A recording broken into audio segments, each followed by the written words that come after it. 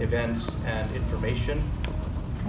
So my name is Furkan Galen, and I'm part of the new chapter for World Beyond War for the Metro Vancouver area. World Beyond War, it's been around since 2014, and their focus is the abolition of warfare, basically to end all wars. In fact, the very institution of warfare.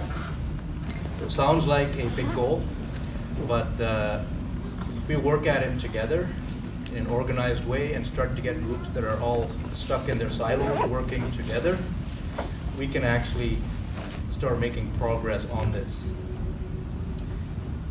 So I'm just going to go through a few slides before we get to Tamara. So you see the agenda up there.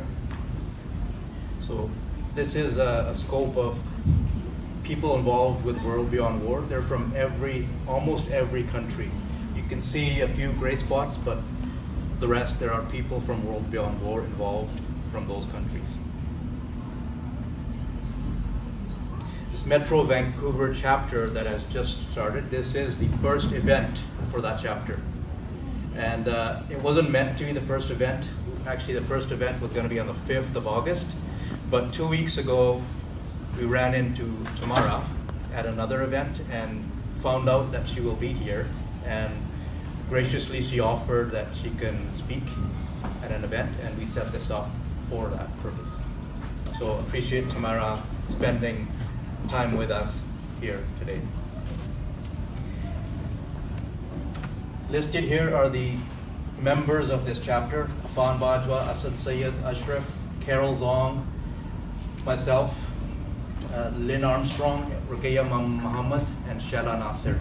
Some of them are here today, some are traveling and not able to make it. We're trying to build this chapter and get more people involved in it so that we can do more things and actually start tackling this, what looks like an insurmountable problem, but actually is not. So we're action-oriented. We're going to have goals, deliverables, targets. It's not going to be just listening to speeches.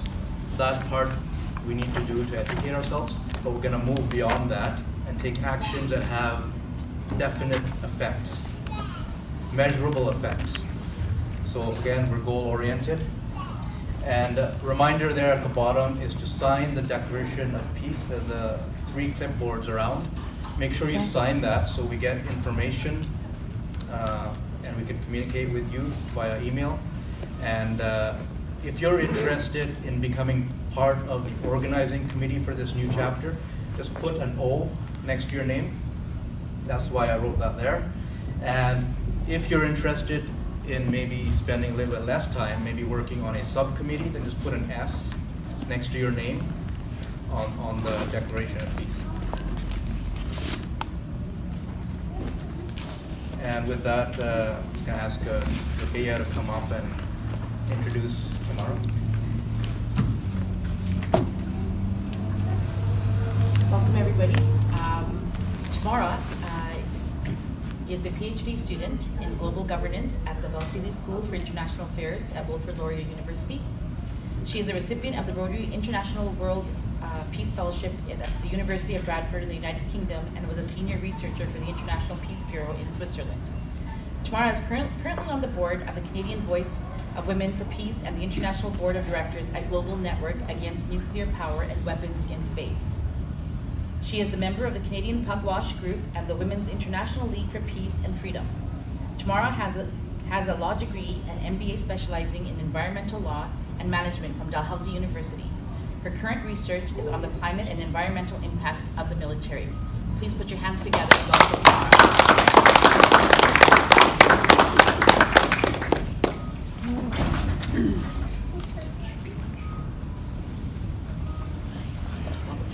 Thank you.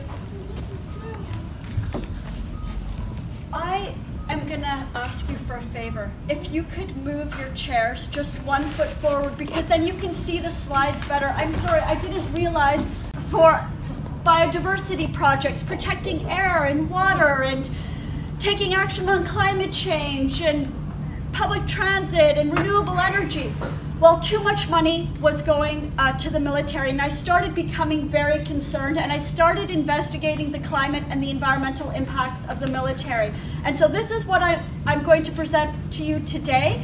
It takes about 35 minutes, and I'm going to talk to you about the climate impacts of the military, the environmental impacts of military bases, and then I'm going to talk about the problems of military expenditures, and then I'm going to close by talking about some actions, upcoming events, and resources. But I'm going to begin by framing my presentation in some of the basic science, okay? I'm sure many of you are familiar with the climate science, and you know the serious situation that we're in. Yeah. Oops.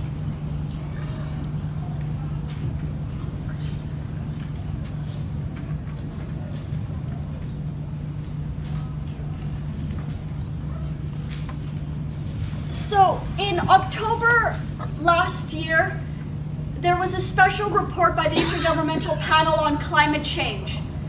It was a special report looking at the possibility of the international community keeping the global mean temperature rise at 1.5 degrees increase or lower, because this is what we need to prevent catastrophic climate change.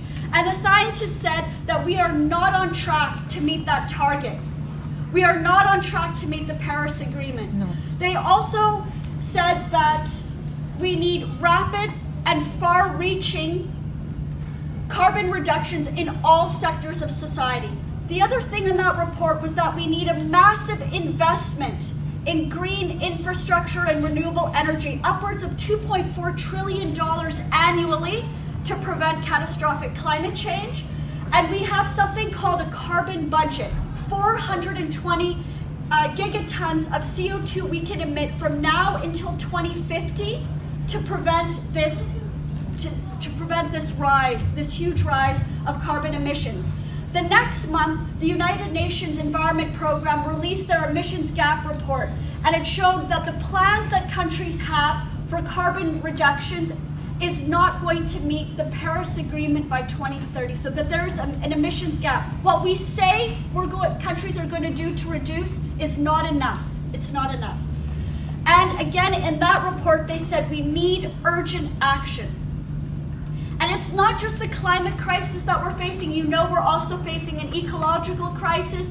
So we have, we're in the sixth mass extinction phase. We've got reduction in biodiversity, a reduction in forests, deforestation, expanding desertification. We have ocean acidification and increasing marine plastic. And we have, over the past 70 years, since 1950, we have a quadrupling of dead zones in the oceans. Okay, so 500 dead zones in the oceans right now. This is the headlines from The Guardian just this past February, a study that showed that there is increasing heat in the oceans. And the headlines from last month, that there are forest fires now burning in British Columbia, in Alberta, and in Northern Ontario, where I'm from. And I know you've all experienced the forest fires in British Columbia, with the smoke covering Vancouver and Vancouver Island. I was living in Victoria from 2015 to 2017, and as I was leaving the province, British Columbia, for Ontario, our family was driving through the smoke coming from Revelstoke and seeing the forest fires burning in Banff. And so we know how scary this is, right? And this is the headlines. I know many of you have friends and family in Pakistan and India, and the headlines this month is that there is historic heat waves right now in that part of Asia. Who's heard of Greta Thunberg, that amazing climate activist from Sweden? If you don't know of her, go and look up on YouTube Greta Thunberg and listen to some of her speeches. So last August, she started the global climate strike. She sat with her signs in front of the Swedish parliament saying, "School strike for the climate," and she wants her Swedish parliamentarians to take action on the climate emergency.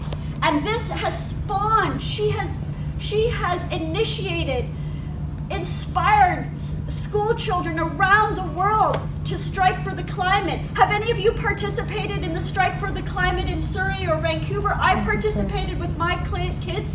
We usually have the climate strikes the first Friday of every month. In a speech in January, Greta said, this is to all of the big business people and the bankers in Davos, Switzerland at the World Economic Forum. She said, I don't want you to hope. I want you to panic.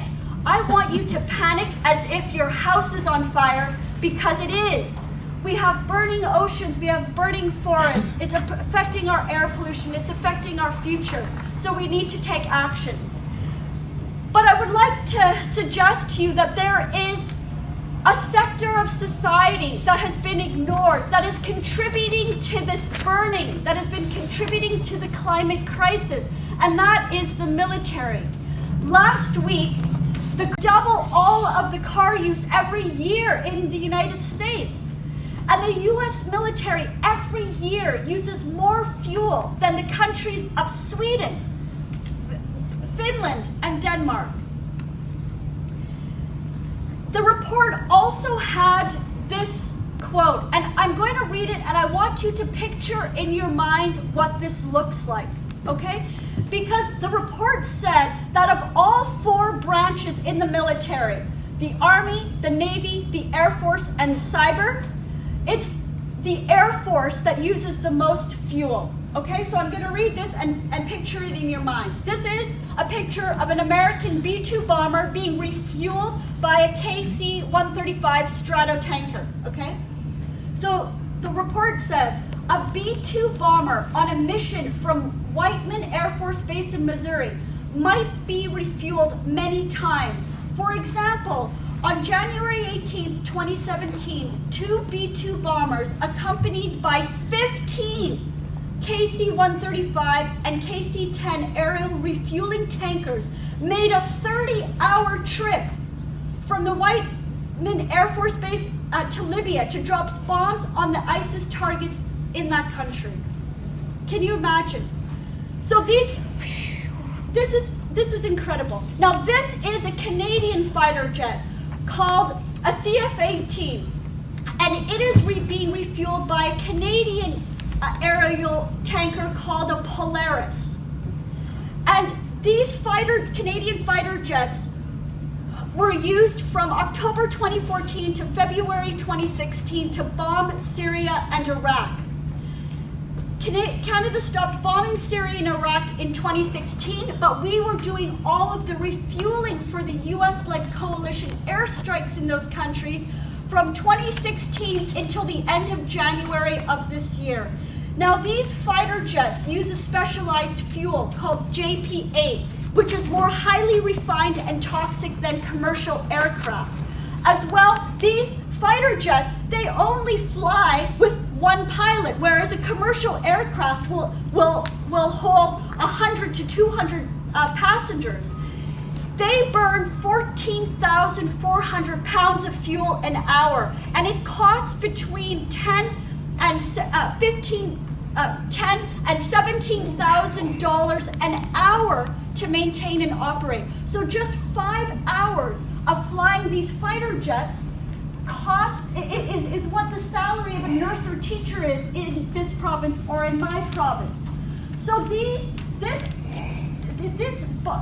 Canadian airstrikes and Canadian refueling is called Operation Impact. Now this is the website from the Canadian Department of National Defence, and it shows that these Polaris refuelers over the past 5 years, they flew 1,000 sorties, 7,000 hours, and they delivered over 65 million pounds of fuel to U.S. about 1,190 innocent civilian deaths from these airstrikes in the past 5 years. Well, there's an international independent consortium of journalists called Air Wars that have been monitoring U.S. Operation Inherent Resolve. And they say, okay, yes, there have been 32,000 airstrikes, but there have been way more civilian deaths than what you're reporting. They say that there has been at least 7,000 to 11,000 innocent civilian killed in the past 5 years. And of the 32,000 airstrikes, there have been 109,000 bombs dropped on these two countries in the past 5 years. And it's Canada that's complicit in this bombing. It's Canada that's been complicit in all these deaths. So Canada has not been honest in reporting the civilian impacts. And neither country has been honest and transparent in reporting the climate impacts as well. Okay, so I wrote to the Minister of National Defense, Harjit Sajjan, and I asked him, are you calculating all of the carbon emissions from all of this fuel that you've been delivering for these airstrikes? And he wrote back and he said, no, D&D did not estimate or calculate the greenhouse gas emissions or climate impacts of Operation Impact. So let's talk just generally and quickly about the climate impacts of the military. So the US Department of Defense is the largest institutional consumer of fossil fuels on the planet. It's also the largest landholder in the planet. It has got 800 military bases in about 70 countries. In Canada, the Canadian military is the largest institutional consumer of fossil fuels, and it's also the largest landholder in this country. Now, the military, of all the fuel that it uses, 75% is for its operations, and 25% is for its stationary buildings and bases. This is an organization that's on the move. It's on the move, so it needs all this energy. So the military vehicles that it uses, fighter jets, light armored vehicles, warships, these vehicles are notoriously energy efficient. They have long life cycles, and they have energy platforms that are locked in. You can't change them to make them more use renewable energy. And the military is concerned about its fuel consumption and its fuel costs. But it just is concerned by it's only concerned about its own energy security. It's also using this narrative that the climate is a threat multiplier to justify its continued existence. The military is not concerned about its own impacts on the climate crisis. Now, military emissions are not reported fully and transparently by governments right now. So, the reason why militaries are exempted from reporting is because of the Kyoto Protocol, Article 2, gave an exemption for international bunker fuels. And this became operationalized in the Intergovernmental Panel on Climate Change Guidelines. These are the templates that all countries use to prepare their national greenhouse gas inventories and to prepare their common reports. Now, why is it that the military, of all sectors in society, doesn't have to fully report its emissions? Well, this is a quote from the lead negotiator, Stuart Eisenstadt, of the American delegation at the Kyoto Protocol negotiations in Japan in the mid-1990s. He gave testimony before Congress in February 1998, and this is what he said. We took special pains working with the Defense Department and with our uniformed military, both before and in Kyoto, to fully protect the unique position of the United States as the world's only superpower with global military responsibilities. We achieved everything they outlined as necessary to protect military operations and our national security. At Kyoto, the parties, for example, took a decision to exempt key overseas military activities from any emission targets, including exemptions for bunker fuels used in international aviation and maritime transport, and from emissions resulting from multilateral operations like Operation Inherent Resolve. So, just to give you more proof of this, in the latest US greenhouse gas inventories, they say very clearly in that document, emissions from military activities are not included in the transportation totals. In November 2017, our military, the Canadian Department of National Defense, released its very first energy and environmental strategy. And in that document, they say, given the unpredictable changes in operational tempo, the federal reduction target will not include emissions from military activities and operations. I filed access to information to see if I could find out how much fuel the military is using. And I have about 1,400 pages, and I'll just show you 2 slides.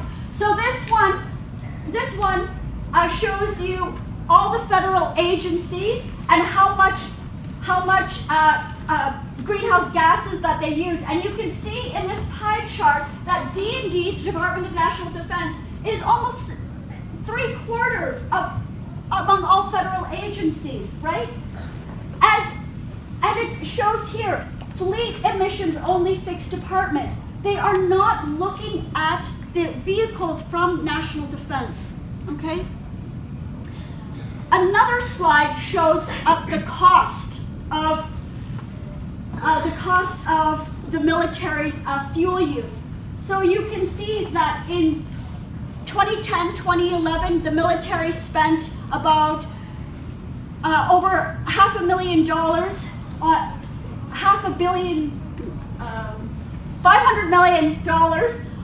on fuel. Most of it was for aviation fuel, diesel fuel, gasoline, ship fuel. Most is fossil fuels. I wrote to the Minister of Environment and Climate Change, Catherine McKenna, to ask her if her department is looking at this issue of the military's impacts on the climate.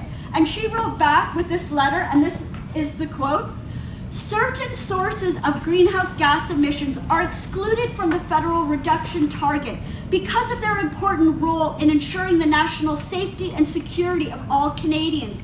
This includes the operation of military vehicles and equipment by the Department of National Defense. The Department of National Defense is one of the largest landholders and largest energy consumer in the Government of Canada. Now, the new Paris Agreement does not rectify any of this. They do not include military emissions. And there is something called the UN Deep Decarbonization Plans that every country has. And the military as a sector is also excluded from that. So they have these exemptions that are not allowing us to fully capture the problem of the climate crisis. Now, let's turn and talk a little bit about the environmental impacts of military bases. This is an area that many Canadians don't know about it. So there is severe and widespread contamination of Canadian military bases currently and in the past. Now, what is a military base, right? It is a private, highly securitized space that is publicly funded, and a base is used to train soldiers, to test weapons, to store weapons, and to prepare for war, to conduct war exercises. Now, these bases are contaminated from toxic chemicals and solvents, also from munitions debris, from unexploded ordnances, and this affects and pollutes the ground, the airshed, and the water. And there is a history of environmental racism, expropriating land from our Indigenous communities to have these military bases. And the cleanup, the remediation of these military bases is very slow, it's very costly, and it's never complete. This is from the Mint Press News. This is a headline from a study that was done in 2017. And I'm just going to read a quote from the article. It's entitled, U.S. Military World's Largest Polluter, Hundreds of Bases Gravely Contaminated, producing more hazardous waste than the 5 largest U.S. chemical companies combined. The U.S. Department of Defense has left its toxic legacy throughout the world in the form of depleted uranium, oil, jet fuel, pesticides, defoliants like Agent Orange, and lead, among other pollutants. That same year, ProPublica did a study called Bombs in Your Backyard, and they mapped out all of these contaminated military bases across the country. Most of them are really toxic, Superfund sites. And you can put in your postal code and you can find out how close you live, work, or study next to one of these contaminated military bases. So look at this map. I mean, the lights are all country. In Canada, this is a map of the military bases and major installations across our country. So you can see we've got 3 major ones in British Columbia, in Comox, Esquimalt, in Victoria. In that same report that I referred to you, D&D's this is Canada's first environment and energy strategy, our military admits that it consumes a lot of hazardous material. It's one of the largest consumers of hazardous material and largest producers of hazardous waste. There is something called the Federal Contaminated Sites Inventory. It's a public database, and you can go and search through it. And if you were to search through it, you would find of all of the federal agencies, the National Defense has got the most contaminated sites. Right now, there are 794 active. This is level 1. This is the worst. There are 1,000 more level 2 and level 3 that they don't even have enough resources to get to. So there are 794 active contaminated military sites across the country. If you were to drill down into that database, you would see this, for instance. So in Quebec, the CFB Valcartier is contaminated by trichloroethylene. This is solvents that they use. The wing in Greenwood in Nova Scotia is contaminated with hydrocarbons, and it's leaching into the water. So this contamination, it biomagnifies, it bioaccumulates, it gets picked up by small animals. There are studies that show that there are moles and birds and fish that have this contamination, and then eventually it moves up the food chain, right? So it's not just contaminated sites. There are also about 865 suspected sites with unexploded ordnances. So this is close, this is in British Columbia, this is CF Goose Lake Range. This is indigenous territory now that they can't develop, that they can't live on because it's contaminated with unexploded ordnances. These 860 suspected sites are just on the land. In the oceans, there's hundreds of them. So this is a study from Maclean's magazine showing that this is a huge problem. Now let's turn and talk about the problem of military expenditures. There's a group in Sweden called the Stockholm International Peace Research Institute, SIPRI. They prepare an annual report on military expenditures, and they showed that last year military spending was $1.8 trillion for all spending globally. There's intense pressure from the US as our closest ally, and NATO, of which we are a member, for Canada to increase military spending. In 2014, all NATO members made a commitment that they were going to increase military spending to 2% of GDP by 2024. Right now, Canada is ranked 6th among all NATO members for highest military spending, and in the world, Canada is ranked 14th highest for military spending. But this is the amount of money that we need for climate financing. And you should also know that our Western wealthy countries have failed to adequately invest in the UN Green Climate Fund to help our developing countries transition to a green economy. So this is the chart, the website from SIPRI, and you can see military spending going up and up and up. This is the ranking from the SIPRI report, and so you can see that the United States is first last year at about $650 billion. China, second at $250 billion, a third of what the US is spending. There's Saudi Arabia, $67 billion. India, $66 billion. This is terrible. I was in Nagpur in 2014. This is ridiculous that India is spending this kind of money on the military. Any of these countries, it's ridiculous. France, $63 billion, and look at Russia, $61 billion, 1/10 of what the U.S. is spending, and we always are hearing that Russia is our enemy and Russia is a threat. But actually, over the past 2 years, Russia has been decreasing their military spending to invest more in their people. The UK, $50 billion, then Germany, Japan, South Korea, Italy, Brazil, Australia, and there's Canada at number 14, and you can see this is all in US dollars. Now, the headlines of March of this year, President Trump is going to increase military spending again for a second year in a row. He's going to increase it by 5%, but he's going to cut domestic programs by 31%. Okay, so he's going to cut the Environmental Protection Agency, which is the lead agency for climate change and the environment in the US. Well, I looked through the Office of Public Management, Office of Management and Budget, and you can go to this website and you can see all past spending for all federal departments and future expected spending.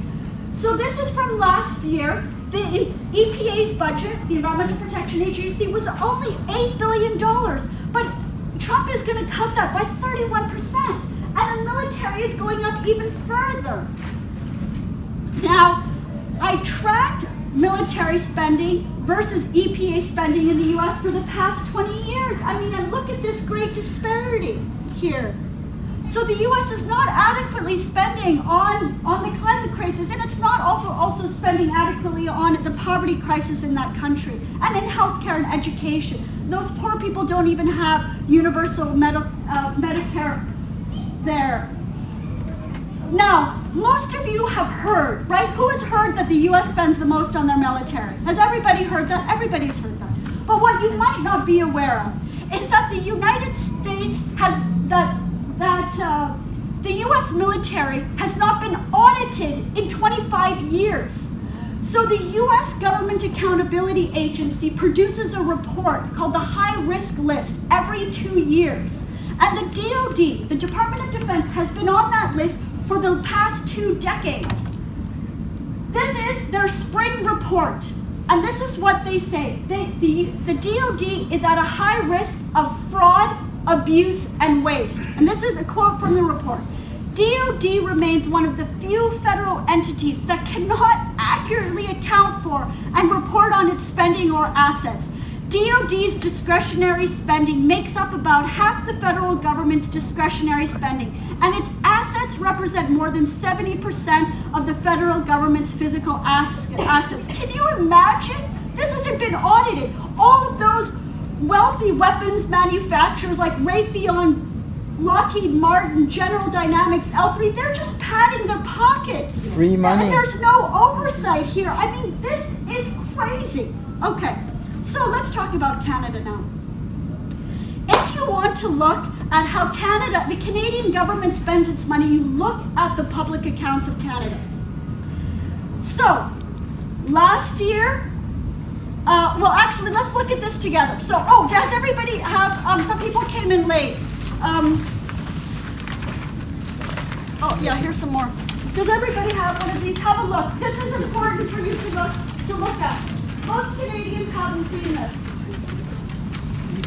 Okay, so what you're look at this side with the small black print.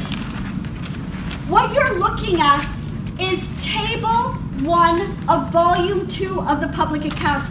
They come in 3 volumes. It's 1,000 pages in total, but this Table 1 is the snapshot of the entire public account, so it's really handy. So I know it's a struggle for your eyes, but do your best. Here on the revenue side, on the left side, you can see that the federal government brings in revenues from personal, individual Canadians at $153 billion. It also brings in revenue from corporations at $47 billion. About 40 years ago, corporations contributed more. We also bring in money federally from sales on goods and services, excise taxes. Keep scrolling your finger down. You see return on investment, sales on goods and services, the international exchange rate. Total expenses $313 billion. That was for the last fiscal period, 2017 to 2018. If you look on the right-hand side under expenses, this is how our federal government, the Trudeau Liberal government, is spending our money. At the top there is program expenses, transfer payments. This is from Ottawa to the provinces. So it's for old age security, the Canada Health and Social Transfer. This is for our hospitals and for our universities. Total transfer payments from the federal government to the provincial governments of $211 billion. Now, other expenses are the major federal departments and agencies. And if you scroll your finger down slowly, you see there. What sticks out like a sore thumb? $32 billion is for national defense. Keep scrolling your finger down. You see public safety and emergency preparedness. That's the department that's equivalent to U.S. Homeland Security. And that department is public safety and emergency preparedness is the Canadian Border Security, RCMP, prisons, and CSIS, intelligence services. Then you see 15 billion other ministries. That's predominantly Veterans Affairs. And then if you scroll down, you see we have an annual deficit of $18 billion, okay? If you turn, well, don't turn it over yet, but if we're concerned about the climate crisis, we need to be concerned about how much the federal government is spending. On that department, as you can see from the chart, $1.8 billion. What it's spending on the military is $32 billion. If you turn the page over, I've provided the chart that tracks, using the public accounts, the spending on these two departments over the past 20 years. So you can see in 1997, national defense spending, $8 billion. The Department of Environment was $500 million, and it's just gone up and up and up. The military has gone up now to $32 billion, but the Department of Environment has flatlined at about $1.8 billion, even though the ecological crisis and the climate crisis is getting worse. So this is what I'm very concerned about, and I hope that you will be as well. Now, just to wrap up quickly, just a few more slides. In December of 2016, the federal government worked with the provinces to develop the Pan-Canadian framework on climate change and clean growth. And over the next 11 years, they're going to be spending about $132 billion on various climate change programs. But 7 months later, the Liberal government announced our new defense policy called Strong, Secure, and Engaged. And in that policy, we are going to be spending more than $553 billion on the military over the next 20 years. And for what purpose? To maintain high-end warfighting. There was no dissent, there was no denouncement from any politician, any political party. What else is said in this new defense policy? Well, we're going to be building more warships at a cost of $104 billion. We're going to be buying 88 fighter jets at $40 billion. We're going to be buying new armed drones and attack helicopters and light armored vehicles and modernizing our submarines. We're going to be targeting women, minorities, and indigenous people to recruit more soldiers into the military. And we're going to militarize education. We're going to spend more in the universities for defense R&D. What are we doing with all of this money? What are we doing with all of this material? We're not doing peacekeeping. Canada has not been doing peacekeeping seriously for almost 20 years. What we are doing is warfighting. So this is the chart from the UN Peacekeeping Office. They give statistics every single month. And Canada is ranked right now 59 with only 192 soldiers doing peacekeeping. The United States, the most well-funded military on the planet, is ranked 85th with a measly 34 soldiers wearing blue helmets. The top countries doing peacekeeping are the developing countries, are China, Nepal, Bangladesh, Pakistan. Those are the countries that are doing peacekeeping, not our country. What are we doing? We are doing war planning and we are doing war fighting. So I'll give you some examples. We had Canadian Special Forces that overthrew the government of Aristide in Haiti, the poorest country in the Western Hemisphere, in 2004. Canada right now is working with the United States to overthrow the socialist government of Venezuela. Canada was bombing for the past 5 years Syria and Iraq. For 12 years, Canada was in a brutal combat mission in Afghanistan, and we were complicit in torture there. Canada right now is arming Saudi Arabia, Bahrain, Israel, and Egypt Canada has battle groups and commanding soldiers in Latvia, Poland, Romania, Bulgaria. We have special forces operating across the continent of Africa and in Central Asia with no public oversight and no parliamentary oversight. And these battle groups and soldiers that are in Eastern Europe are right on Russia's border. We are provoking Russia. This is just so unacceptable. And we also participate in many naval exercises. So this information that I've shared with you today, I think it raises some really difficult questions for us. Why is it that our government is spending so much on militarized security instead of investing adequately in human security and environmental security? How much of the remaining carbon budget, 420 gigatons, that we can burn over the next 30 years, are we going to let the military have, right? And what are some peaceful alternatives that we can put forward to challenge what I've just presented? I am convinced that the numbers show that we have got to disarm and we have to demilitarize for climate justice, protecting the climate. I think that we need a parallel process, not just of climate mitigation and adaptation, but also disarmament and demilitarization. A former Canadian diplomat said on the CBC radio, in a great interview in 2016, he said, there are no military solutions to the most profound problems imperiling the planet. It has got to be diplomacy. We don't need a military at all to deal with any international conflict or international affairs. So what's some hope? I'll just give you a couple of quick examples of some things that we could be doing differently. When I was living in the UK from 2013 to 2015, I was involved in an organization called the Campaign Against the Arms Trade. And we produced this great report in 2014 called Arms to Renewables, about the possibility of conversion of defense industries to green industries. So imagine, instead of spending all of this money in the military, we were spending it in the green economy, hiring all of these young people who are so excited about trying to save the planet, right? And giving them green jobs. We need more people in education. We need more people in healthcare. We need more people in community development. We could hire more people in those industries that help people in the planet than in the military.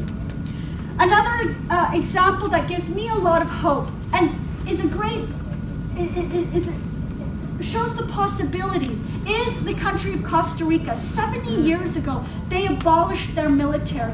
And that history laid the groundwork for them to be the first country to announce that they are going to decarbonize. They're also going to become plastic free. Costa Rica is a country that has shown great leadership on environmental protection and great leadership on disarmament. It was Costa Rica that led the UN negotiations for the past 3 years to get a new treaty to ban nuclear weapons. Do you know Canada, our country, boycotted those negotiations because of our membership in NATO, and we are refusing to join the no UN treaty to ban nuclear weapons that Costa Rica helped lead. So this is the organization that I'm with. I'm also with the World Beyond War, and I'm with the Canadian Voice of Women for Peace. We have a campaign, demilitarize, decarbonize, stop the wars, stop the warming. I would love for you to have a banner here, make up your own, and go to a climate strike and say demilitarize, decarbonize.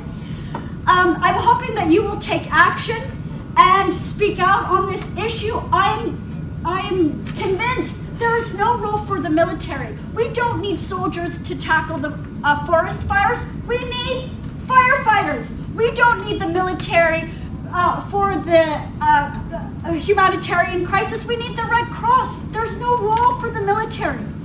I'm urging you to speak to all of the candidates about this, show them this document, put pressure on the Green Party and the NDP if you're involved in those parties, and the Liberals and the Conservatives, and say we need to move the money from militarism to protecting people and the planet. When I was here 3 weeks ago in Vancouver, I organized a protest outside of Harjit Sajjan's office. His constituency office is Vancouver. That's not very far away, folks. Go and see our defense minister and say, this is not the kind of security that I want, is more military, and this is not the right direction for our country. I want human security and environmental security. Help ground the fighter jets. This Abbotsford Air Show is really an opportunity to showcase fighter jets because Canada is going to launch a tender for the new fighter jets. Have a protest outside. That would be great. Now, September 20th, if you're following the climate news, is going to be a big international strike for the climate. But you make the links. The next day is International Peace Day. So have your signs, demilitarize, decarbonize, make the links. Now, I am really opposed to NATO. I'm really opposed to it. It's a military organization. It's like a cancer that's metastasizing around the planet. It's provoking conflict.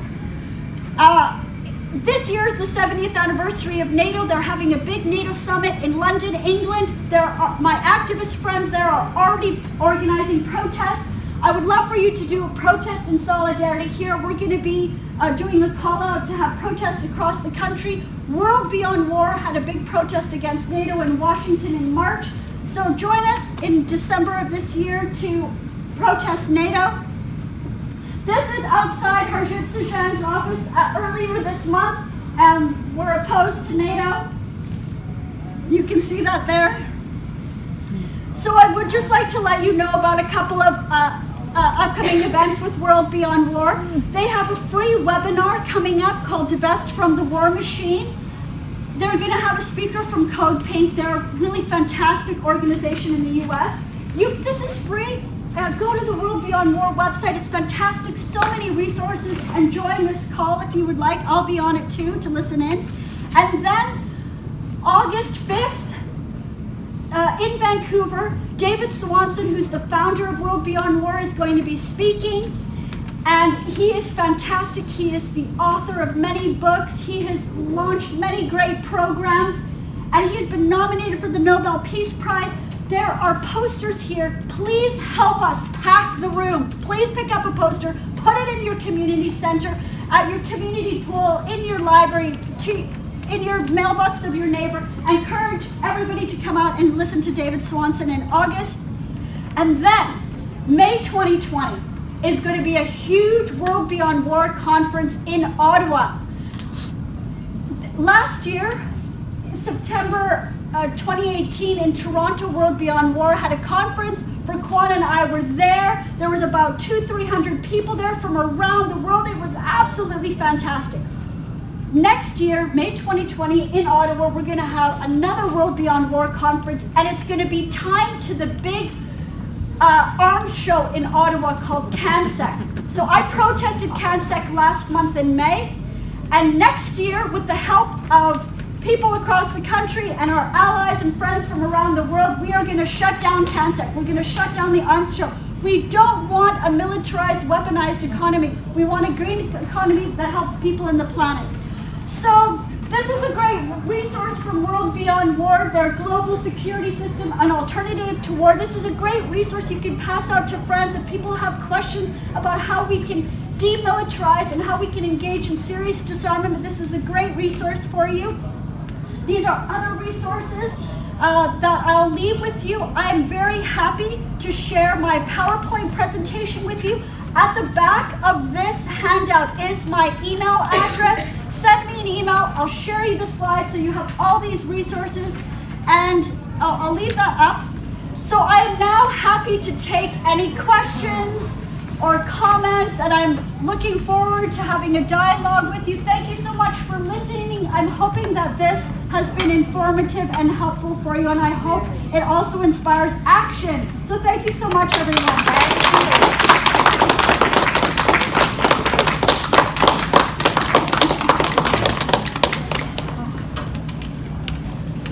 I've got a question. Sure, Patrick. What's the best? I know a lot of these agencies are very entrenched in their being. They're established and they don't want to change. So a lot of the battle occurs on a mental level. How do you, when you're talking to someone, trying to introduce them to these concepts and ideas, how do you begin to break down the apathy that that the general public just goes, oh, well, that's the way they are, and you haven't got half an hour to kind of blow them away with a slideshow. Right. Oh, that's a good question. Maybe somebody else has ideas. I do a lot of street action. Once a month I go to Toronto and I protest outside of Freeland's office, what Canada's doing in Venezuela. And I protest also the NATO Association of Canada office once a month. And we talk to people on the street and we have petitions, and people see that we're taking action. People see that we're delivering letters. People see that we're trying to do something. And I just feel like the problem is really huge. It is really huge, but we're responsible for our space, and we can just do what we can. And if we all do a little bit together, it's a lot. Okay. The other thing is there's this great, I understand it's like an African quote that says, if you think you are too small to make a difference, try sleeping with a mosquito. I proudly say I am a mosquito. I am a mosquito. And I just think to myself, I vision what the world is that I want, without Canadian. I don't want our country to be killing people overseas. I don't want them to be bombing other countries. I'm seeing a world where we're not doing that anymore, and we're treating each other as brothers and sisters, and non-violently, and we're helping each other develop and live meaningful, happy lives, and protecting the planet while we're doing all this. I'm hooked on this vision, and I'm trying to get other people to see, join in the vision. We'll just do what we can. Just do what we can. Well, I want to let everybody know that I'm going to be joining the board of this chapter, and I'm with you all the way. I've been a board member with several other organizations, so I have experience, and I'm a nerd, so I know the internet really well. And you have hippie parents, you said. Oh yeah, oh my God. So you're perfect. You have the perfect background. Yeah, they did every drug known to mankind, and a few they discovered. So I'm going to, while we're doing our discussion, I'm going to pass around a petition that says, petition to reduce military spending and reallocate it to the climate emergency and the poverty crisis. So we've got signatures from people across the country. Please sign it. If you haven't signed it, then pass it around. Annie and then Usher. Yeah. And I'll pass out some coffee crisps. Here, take Sugar, caffeine, A quick answer to your question, but then two specific questions for you, because I'm just curious, as this amazing presentation you've just given. Number one, I'm a school teacher, and I think one thing we need to be doing is we need to be getting back, like we have this garrison mentality that's really building up, and it's just all about war and fighting and protecting ourselves and our borders, and that's what's constantly in the kids' minds, right?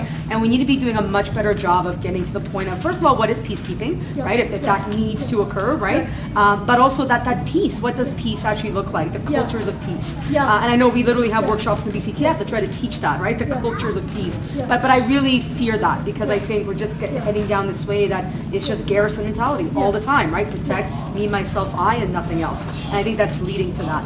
Two specific questions for you. Do you track, or does this information include like nuclear energy that's being used by aircraft carriers, things of that nature? Is that tracked as well? Well, two things. So I showed you military spending in the U.S., right? The Department of Defense. Their nuclear arsenal is not in that budget. Their nuclear arsenal is the Department of Energy. The Department of Energy is about $30 billion, and it is responsible for the U.S. nuclear weapons, which they are modernizing at a cost of $1 trillion, and that started under Obama. So if we were to add up all U.S. military spending across other departments, it would be $1 trillion. And just a follow-up. What about the privatization of militaries, where we have, just mercenary armies, right? And I know that Trump, that's literally where he's going. So my fear, like NATO's a problem, but when I hear him say that NATO's a problem, he's not saying the same thing you're saying, right? That they want to, so that's my fear as well, is that, they're going to start hiding this stuff, through privatized means. Yes. And we do that with private contractors, and we do it with special forces. So we have doubled our special forces in Canada, and special forces have no public and parliamentary oversight. They are publicly funded mercenaries that are operating around the world, and we have no idea who they are targeting and killing. And Canada is complicit in this. Canada is complicit in this. And we've got to turn this around. We've got to turn this around. I think we can. But I just want to comment really quickly. I want to talk, when you're talking to people about this garrison, we've got to close our borders. We don't want so many immigrants here, But think about why the immigrants are coming right because of the war and conflict in their countries. But it was Canada that led the bombing of Libya, right? We've devastated Libya. Libya had the highest standard of living in all of the continent of Africa. Actually, Gaddafi was beloved by Africans because of the human development in his country. This is a long story, but I won't go into it. But just to say that when they bombed and destabilized Libya, we caused a humanitarian and refugee crisis right across North Africa, and all of those Africans are taking these rickety boats across the Mediterranean to get to Europe. If we don't want immigrants in Europe, don't bomb Africa. And what about the refugees that are coming across, through Turkey, right? Who are they? They're Syrians, they're Afghans, they're Iraqi, and they're Palestinians, right? That are suffering from our bombs. And like I showed you, we've been bombing Syria and Iraq for 5 years. So we've got to stop that. And what about the U.S. border, the southern U.S. border? What's happened there, right? I mean, Canada supported a right-wing coup in Honduras. We pushed out Zelaya. Now Honduras is just absolutely a violent mess. And what are we doing? We're destabilizing Venezuela. And what's that causing, right? We hear in the news, a refugee crisis of Venezuelans. Well, we're destabilizing their government. So people actually don't want to leave their friends and family and their land. They don't want to. They want to stay there and they want to live happy, peaceful lives. But we are bombing them and we are destabilizing their governments. And this is what we have to stop. We have to stop. We have to stop this. Could I answer one question? Yeah. Just add on to Patrick's question just real quick before we lose track. So one of the things, I did some research, like what's the population of Canada? It's about 37 million. And how many ridings are in Canada? It's about 370, something like that. Yeah. So when you do the math, and you take into account that you need 3.5% of the population to want something, Right. To make it happen, this research has shown this. So if you do all the math of all that, what that comes out to is each riding, we need 5,000 people in each riding across Canada. So that, when you look at it that way, it actually sounds doable. Okay. 5,000 Yeah, that's people to doable. get on board on this. And that's the program that we're hoping to start between now and the election. Okay. To get that going here in the Lower Mainland and then have it spread across all the other ridings organically. So that's one of our projects. Okay, that's a good one. Toronto saw, I don't know how many people out to celebrate the Raptors victory. And Vancouver had a riot when the Canucks lost in some city game. So people are addicted to watching these kind of shows. So activists always leave the general public out of the blame. But I think people should share some of the blame. So long as they are addicted to all these kind of distractions, politicians can get away with anything and they know that. So we're just going to go back on in track. So Ashraf, Yakub, Homer, and then Mr. Pirzada. My question is the recent crisis between Iran and the United States. What was the role of your NGO in actually trying to prevent this? And it's still going to happen, or we're very near to it. What are our actions? What is your plan? Oh, for Iran? Yes.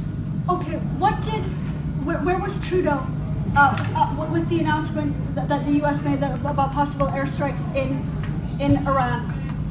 Trudeau was with Trump in Washington, and what did Trudeau say about that? He said Canada right now has forces and has equipment right now in the Middle East prepared. Can you imagine? That's what our Prime Minister said. Instead of denouncing what President Trump said. Instead of saying, we absolutely cannot have any conflict with Iran, it would totally destabilize the region and the world. We are calling for diplomacy, we're calling for de-escalation. Please, President Trump, don't do anything. Because that's what the Europeans are telling Trump to do, right? So we've got to put pressure on our members of parliament, right? This is a liberal government. We expected better from them. Put pressure on them to say absolutely no conflict with Iran. No conflict with Iran, no conflict with any country. We've got to end this. Yakub? Thank you very much for your presentation. We are talking about climate change, and you're right. Climate wars have a direct and indirect impact on the environment. Indirect, as you have stated there, concerning fuel and stuff, but direct also in terms of the victims of the war. You know, it sends the society and the country back into dark ages. You should see what people do when they are victims of war. Now, my fast forward to my question: what are you doing as World Beyond War? That's the thing, right? What are you doing in involving the young and the youth? Which buttresses the point that the young woman was saying, in the sense that if we are going to tackle climate change, we need to look at it from a short, medium to long term. A short in the sense that you are trying to demonstrations and stuff, but we need to raise kids and the youth, because we say we are tomorrow's leaders. We need to raise kids, conscientize them, and put it in their minds that these are what your leaders are doing, these are what your fathers, mothers, uncles, and aunties are doing in leadership positions, but you need to change it. You need to, so what are you doing to involve the youth? Well, we need to... And we are in the age of social media too. Yes, well, we're definitely on all the social media platforms, and we have some educators across Canada and some educators in the United States. One at the top is Tony Jenkins. He's a member of World Beyond War Steering Committee. He's a fantastic educator, and he has a program called the Global Peace Education Initiative, and you can go and you can find out all of the amazing work that they're trying to do in schools around the world. And BC Teachers Federation did have a peace program in the past. It hasn't been as strong currently, but we need to do more to encourage peace education in the schools. But you look young to me. We would love to have you. You seem like a very passionate, well-informed, and we would love to have you involved. And He's on board. Yeah, we'd love to have you involved. Yeah. Omar? Thank you. Is because the concept of the military being an excess is clear in terms of the fuel we talked about, or spending for the environmental. Is there a research-based proposal or plan on how it could be reduced, the demilitarization could be achieved? This is a very well researched report about how we could have an alternative non-military security system. Now, when the one main feature of an alternative security system is the international legal regime and the United Nations, right? We were going to discuss and debate the issues in the General Assembly and resolve conflict diplomatically. And if there is conflict, we're going to resolve it in the International Court of Arbitration or the International Court of Justice. So right now, Canada and Russia, actually, they have a conflict in the Arctic, and they're not actually fighting with their warships.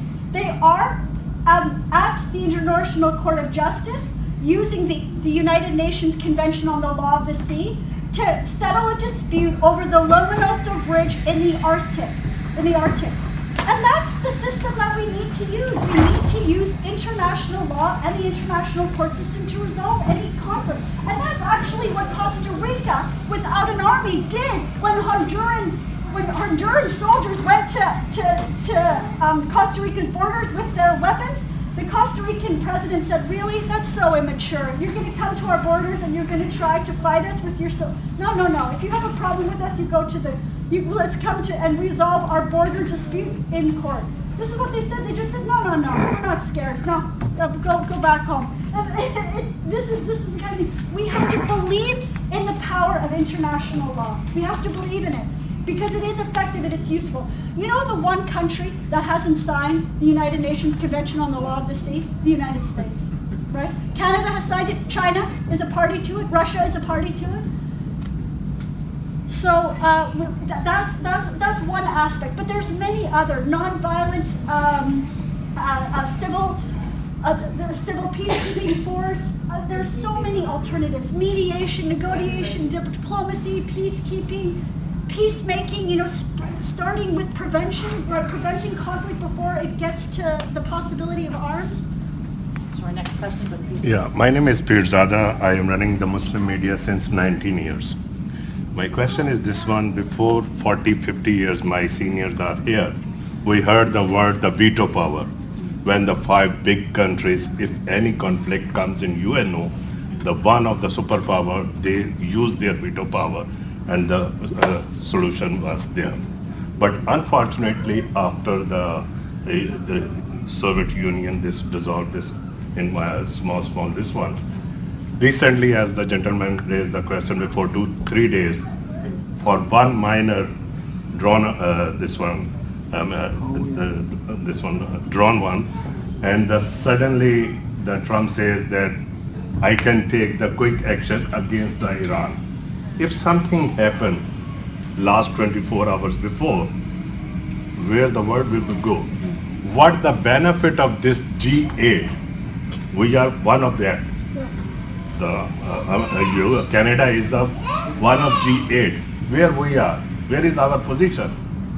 It means Canada is nowhere. Yes. If we cannot stand for anything, so we are nowhere. Yes, well, I think you came in late.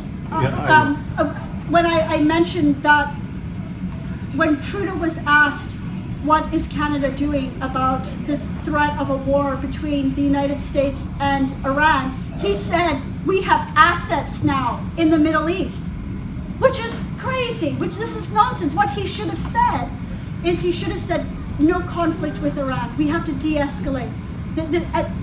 And the European leaders have said, because there's a G20 meeting coming up, we want to put the situation of Iran on the agenda. We want to de-escalate it. Last month, we went to Freeland's office and we brought a letter and we said no war in Iran. We also stood in front of the US consulate in Toronto and said no war with Iran, no war in Venezuela, free Assange, free Chelsea Manning. And another example of what we can do without a military is people-to-people diplomacy. So World Beyond War members, Code P members in February went to Iran, and they were there for over 2 weeks, meeting with Iranian people, going around the country, meeting with Iranian leaders and saying, American, Canadian, European, there was a big delegation of peace people going to Iran and reaching out and saying, we don't want war, we don't want war. In September, World Beyond War had our big conference in Toronto, and we had a fantastic speaker named Medea Benjamin. Has anybody heard of Medea Benjamin? Oh my God, look her up. She wrote a book. She's so fantastic. You got to look this woman up. You can find her on YouTube. She's done some crazy actions. Okay, okay, I'll tell you one of them, because I know we got to wrap up in 5 minutes. But so she's a very small, petite activist, and she wrote a book on Iran. About 7 months ago, she was in Washington, D.C., and there was a think tank, many right-wing hawkish think tanks in Washington. They were having a session on Iran, and the people, the speakers were all like very provocative on Iran, like, Iran is a threat, we've got to do something on Iran. And it was a packed conference, and she got her sign, she went up and disrupted the speakers, and she held a sign, no war with Iran, no war with Iran. And it got circulated thousands and thousands of times on social media and in the United States, but it also got circulated in Iran. And people could see that there are Americans trying to say no and to stop their government. So we've got to do the same in Canada. We've got to say no and stop our government from doing all of these things that it's doing. You have 2 questions, Okay. Nikki, and then you leave. Okay, how about we take these 2 questions and then we should wrap up. Okay, Nikki. She's talking. No, you were next. Okay. I'm a pessimist but realist, but also I'm hopeful and I never give up. That's why I always come to this. And thank you for the presentation. But I'd like to thank him too for that hope that that 5,000 was will not. But here is it: the history of Canada always countering the U.S. foreign policy. Doesn't matter what the government is, liberal or but. We haven't had the NDP government yet, so we have that hope. And that's what I cannot control what happened with the US anyway, let's be honest. But USA and Britain. Canada always, well, Britain is following the US as well. Canada always follows So, Nikki, USA and Britain. On your the comment, I'm just going to say something on NDP's giving hope. There's one question that was asked to the NDP leader right now, Mr. Singh. The one question was, what is your stand on Palestine? And he literally said, unequivocally, that's a non-debatable conversation and I will not participate. Singh said that. Yes. Okay, well, we've got to But the push it on. candidates will push it. I'm a Let's push candidate it. for the NDP, and I'm going to push it and try to make sure that we say Please, something. push it. Actually, you're running for the NDP? Yeah, right now I'm a candidate for the nomination. You're the running candidate. See, we need. I don't believe we in need progressive voices in all the parties. We need to support them. So that's. I'll be taking this and Yes. Thank you. We need strong voices like Ocasio-Cortez, Alexander. Ella, just a second. Yeah. Okay. Okay, thank you. I'm Niobe Patsikakis. I'm the president of the Surrey Global Peace Alliance. And I want to work, we have so many peace organizations and we tend to work in silos. So myself and a lot of the board members that are on my organization are also on this organization and we definitely support them. So one of the questions was, what can we do? And our approach is to educate, go into the schools, and one of our biggest projects that we're being funded for is through art and literature. So if you're an artist, or you have children, or you have teenagers, we have a contest every year. And one of the things we have added this year, besides art and literature and poetry and videos, we have added an essay contest on how to bring peace to the world. You have heard a lot of the solutions here tonight. If you could write an essay, we want to send these essays to all the members of parliament. Cool. So that's another way that you can engage. On the International Peace Day of Peace, September 21st, our organization is going to have a peace festival at Surrey City Hall. We don't have the money yet, but I'm going ahead with it because it does International Day of Peace, September 21st. And I am hoping that we have lectures such as yourself and other people from this organization that can come and engage and give lectures. If you know of anyone that can come to our festival and present or lecture, please get in touch with us. I will put these at the table for you to take one, and thank you. Hilda. I just, what we can do, I've been talking to people who are all worked up about the Green New Deal, and so I've been giving out my leaflets, which I have some on the board here, on the table, which Tamara helped a lot with, gave me those photographs, but I've been giving it out at the Green New Deal and telling people to include the military economy in the Green New Deal. Talk about the military economy at the Green New Deal events, because the whole point, that's a scam, that whole thing, is to suck people into the civilian economy, distract us from the wars and the escalation we've been talking about. Anyway, that's my suggestion. Tell everybody who's talking, oh, Green New Deal, yes, include the military. I think it's going to be difficult to reduce the military expenditure without lots of people asking some fundamental question. Who's Canada defending itself from? Who are the enemies? I mean, it's almost like Canada is paying protection money to the mob, just so that they won't invade us and, otherwise, Canada's biggest protection comes from geography. Nobody is going to, walk in. And no one is going to send a missile. Canada is not offending anyone. So this money is because Canada is not really an independent country. It's under the control of some big interests. And without people asking fundamental questions, are we really independent, or are we just pretending? Those questions are not answered in this document, which is our defense policy. They don't even acknowledge what the threat is, who our enemies are. There was a public consultation that was very narrow and was very highly controlled. We tried to contribute, peace activists and groups across the country to contribute to this and ask those questions and get the government to answer them. And then to provide some alternatives, but we were shut out completely. But we need more and more people engaged. We need more people to say, this spending is wrong. It's got to be turned around, and we need to have an independent foreign policy. Like you said, we need more people saying this.